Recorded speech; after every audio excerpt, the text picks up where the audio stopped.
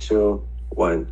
You voted them up, you have the power to bring them down. That is the true representative of democracy, and I think that the opposition does not really understand this. Four things on opposition that automatically make them fail at the very end of the day. Firstly, on education and media, their main clash. One, when you discuss the idea of education and media literacy being the prerequisite for voting properly, this is never going to be true. Illogical, intuitive, and impeachment is the automatic negative of an election, which means that there is no further implications, such as incarceration that occurs due to impeachment that requires quote unquote legal or standard basis of knowledge towards, let's say, for example, impeachment procedures or whatever. This is important because it means that the same uneducated process of voting them up in power, it can also be the same uneducated process of removing them from the position, as this is merely a reversal of a democratic vote via democratic vote at the very end of the day. Notice then, this already dissipates the entire case of opposition requiring a quote-unquote knowledgeable vote, because if elections already allow people to vote even though they're not knowledgeable, a quick reversal of their vote at the very end of the day, even though they're not knowledgeable, is still upheld inside a democratic space. Secondly, if the prerequisite then is education, then what would you do?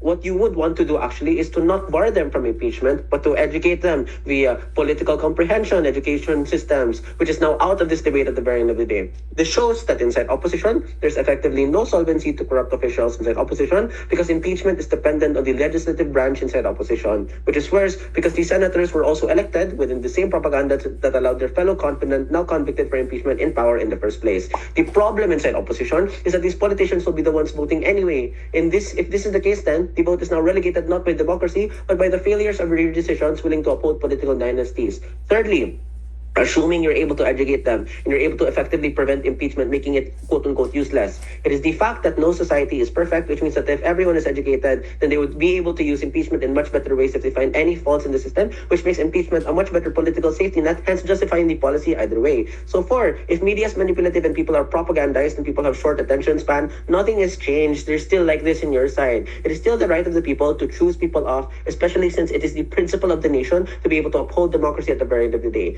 They automatically assume everyone is apolitical, or they do not know how to choose, which is now one of the biggest burdens they have to prove in their side, as it becomes their contingent case. The easiest way to disprove this, especially when there's no world building inside opposition as to why this is true, is that people definitely were choosing in the elections. So probably they already have a political stance at the very end of the day, and they probably know at baseline how to choose at the very end of the day because they were participating in the elections. Next, on the idea of longevity. Number one, you take a long time electing a senator or an executive, so there's no justification to assume that impeachments need to take a day or two. In fact, this doesn't matter, but they also fly a false matter and assume that impeachments are urgent.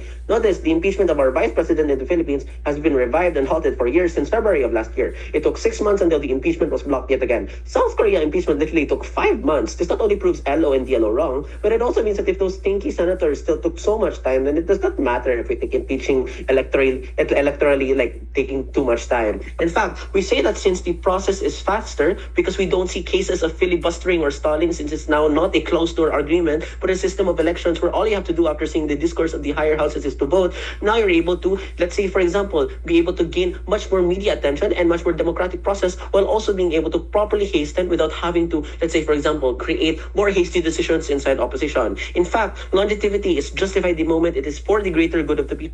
So assuming impeached, they would have to vote for a candidate again. It is the agency of a person to decide to change their mind, and it's their accountability to do so. Next, on the idea of investors in the economy. Notice, investors will pull out because of like literally anything. If your priority while you are being destroyed by your oppressors is investors pulling out who coalesce with your own corrupt officials like Shell, then clearly you do not know your priority for anything. In fact, investors have a plethora of more reasons to stay than they do to leave, because the president is not the business you're investing. This is important insofar as Sara Duterte's impeachment in the Philippines for a year still hadn't investors because the economy isn't independent incentive structure. I was able to say two things. One, I would still invest in the Philippines as McDonald's absent Sara Duterte's impeachment trial because I have dividends and shares and I have important franchises that literally give me money. Two, even if I don't and I pull out, it's just part of the process and consequences of an impeachment. Either way, and it's the very, very flip towards opposition, impeachments will still happen in your side since it's scandalous. The scandal will still drive out investors even if it's quote-unquote closed doors because it's going to be in the news. So they're inexclusive in this harm. Three, you would rather kick out corrupt officials who allow investors to feel more confident because now the people are willing to safeguard the ROI and cash flow inside the economy.